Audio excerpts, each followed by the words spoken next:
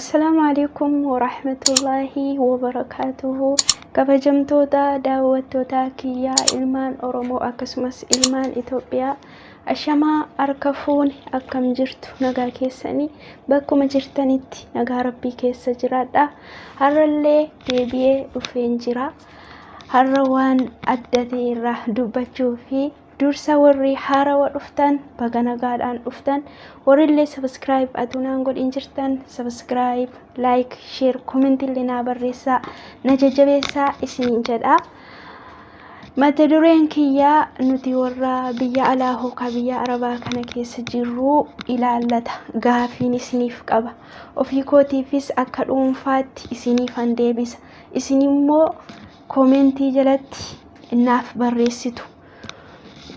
kan irraa dubbachuufan dhufee biyya arabaa kana keessatti eega biyyaa baatanii dhuftanii itti gammaddanii moo itti gadditan bu'aa itti argattaniitu moo hin arganne rakkoon hamaan isinirra gahe moo isinirra hin geenye kan jedhu walirraa barannaa. warrillee jiruu ulfaataa biyya namaa kana haala laafaadhaan gaggeessaa jirtanillee nuuf warra nutti ulfaateef nuuf barreessitu nummoo muuxannoo sana irraa fudhannee akka jijjiiramnuuf akka jiruu keenya biyya namaa kana keessa tooftaa isin fayyadamtanii jireenya kana haala salphaadhaan deemsisaa jirtanuu irraa fayyadamnutti komentii jalatti nuuf barreessitu nuti immoo irraa fayyadamnaa jechaadha.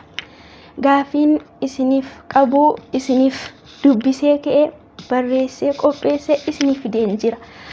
isiniif eegan dubbisee ka'ee kara kootti immoo darbee akka dhuunfaa kootitti immoo isiniif himaa isiniin jedha.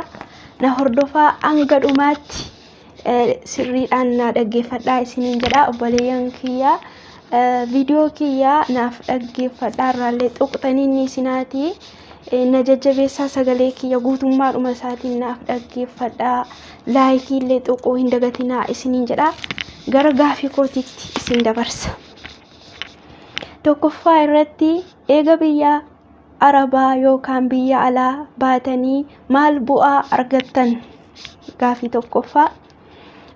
lammaffaa maatii keessan hagam jijjiirtan ofii keessan yoo maal jijjiiramtan. gaafii sadaffaa yeroo gaarii dabarsitaniitu moo jiruu keessan keessatti eega biyya alaa hookaa biyya arabaa baatanii. sadaffaa biyyaa bahuu keessanitti itti gammaddanii moo itti gadditu. arfaffaa obboleeyyan keessan warra xixiqqoo yeroo isin biyyaa baatan xixiqqoo turan eegamoo biyyaa baatanii gurguddatanii heerumanii yookaan bultii godhatanii yeroo argitanuu yookaan dhageessanuu maaltu isinitti dhagahamaa kan jedhudha gaafiin kiyyaa. inni dhumaa kana booda maal akka taatanuu barbaaddu kaayyoon keessan gara fuulduraa maal fakkaata kan jedhu kana wal duraa duubaan deebii itti naaf barreessitu jedheetan yaada. gara kootti yeroon isin dabarsu an akka dhuunfaa kiyyaatti biyyaa bahuu kootti nan gadda yoon jedhee jechatu na hanqata jechaadha. itti gammadeen beeku gaafan biyyaa bahu miilli koo maaliif hin citinii jedhaan akka mataa kootiitti rakkoo baay'ees dabarseera.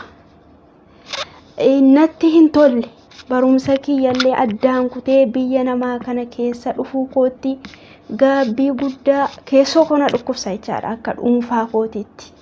akkuma beekamus rakkinni biyya namaatti akkasittiin na mudata jedhee gonkumas yaadee hin beeku. gaafan biyyaa bahutti biyya arabaa jennaan maallaqa lafarraa fudhadhee hookaa atuun hojjetiin tola akka maallaqni naa kennameenaan fudhadhee gara biyyaatti deebi'utti yaadeetan malee kanan dhufe maallaqni akkanattiin hojjetamee akkanattiin garbicha ta'amee hojjetamee fuudhama kan jedhu gonkuma sammuu koo keessa hin turre waan narraa beeku hin qabu. atuun biyya arabaa akkas ta'utti beeka ta'e waan barumsa koo addaan kutee biyyaa bahuufis hin qabu. eegan immoo dhufee homaa gochuu hin danda'u.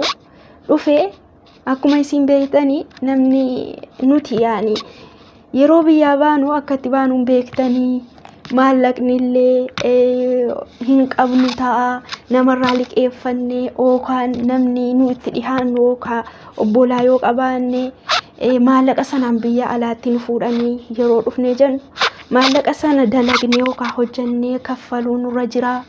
Eega biyyaa baanee immoo maatii kiyyaa jijjiiru malee akkamitti nan harka duwwaa deebi'aa kan jedhu jira. Hin beektu rakkoo baay'ee nama mudataa kontiraata yeroo dhufanu bakki nu gallu yookaan nuun gaaromu irra caalaan isaa akka namaan gaaromne isinis hin beektu. Tokko darbee garuu manni gaariin isin argama. Irra caalaan garuu namaaf akka hin taane hin beektanii. Kan ala bahee hojjetu hin jira. Yeroo ala bahu keessatti dalagaarraa dhaabachuun hin jira. Rakkoo adda addaatti saaxilamuun hin jira. Kanaafiyyuu kana hundumaayyuu namni dhufeef itti tolee hin jiraatu. Garuu rakkoo nama mudatu hundumaa obsaan dabarsee jijjiiramee gara fuulduraatti jecha jiruu maatii ofii jijjiiruudhaaf kan biyyaa bahame. Garuu maatis ta'ee namoonni biyya keessaa haala kana namaaf hin hubatanu.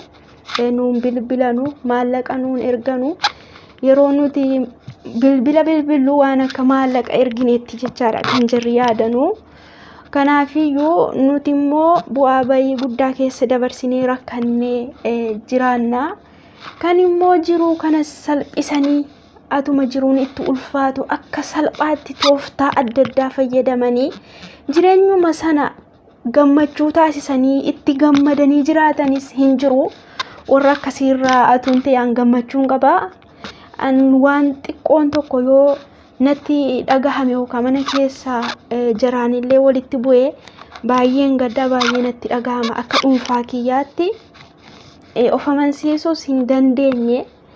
Maaluyyuu haa jedhanu jedhee jira wajjiniin walii galee jiraachuudhaafis natti dhagahama. Atuun biyya qabu maal rakkadhee waan nyaadhee buluu hin dhabne akkamittan akkas ta'a yeroon jedhu yeroo hunda sammuu kootiin walitti bu'aan ta'a. Of amansiisu jechuudha. Kanaafiyyuu an akka dhuunfaa kiyyaatti biyyaa bahuu kootti ittiin gaddee. Gammachuu tokkos itti hin qabu. Yeroo hunda ofii kootiin taa'ee haasa'ee maaliifan biyyaa ba'e kan jedhu ofiin dubbachuu malee biyyaa ba'ee kana jijjiiramee maatii koos kana jijjiiree waanan jedhus hin qabu. Jijjiiramnee an dalagee of jijjiirees kana jedhee waan itti na gammachiisus hin qabu. Kanaafiyyuu an akka dhuunfaa kootiitti garuu fayyaa guutuun qabaa. Kanaaf galata yeroo hundaa Rabbumaaf nan galcha. Fayyaa waa hunda caala. Namni fayyaa qabu rakkoo hin qabu. Fayyaa guutuu naa kennee jira. Akkuma isin beektanii biyya namaa kana keessatti warroonni fayyaa hin qabne kulaalitii injaraa dhukkubsatu dhukkuba adda addaatiin sammuu injaraa kana yeroon ilaalu an Rabbiin galatan galfadha. Fayyaan waa hunda caala.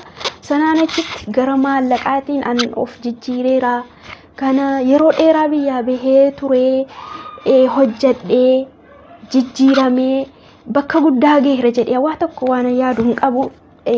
Fayyaa qaba. Fayyaa kootti nan gammada. Garuu jiruu biyya Arabaatti abadan hinuman hin gammanne hinumanatti hin tollee akkan gaabbeetti jiraadha yeroo maraa.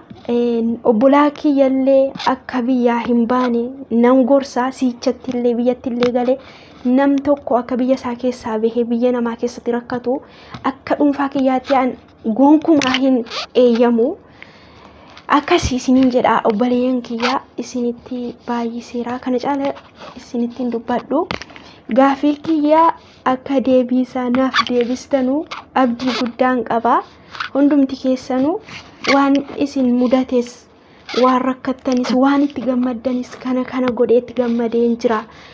Kana yoo gootan isinis itti fayyadamtanii tooftaan fayyadame kana fayyadamaa jedhaati jalatti nuu barreessaa. Nuti immoo irraa ilaallee warri biyya namaa kana keessatti itti hin gammadin jiraannu akka karaa isin deemtan sana qabannee nus gammachuu argannu isiniin jedha.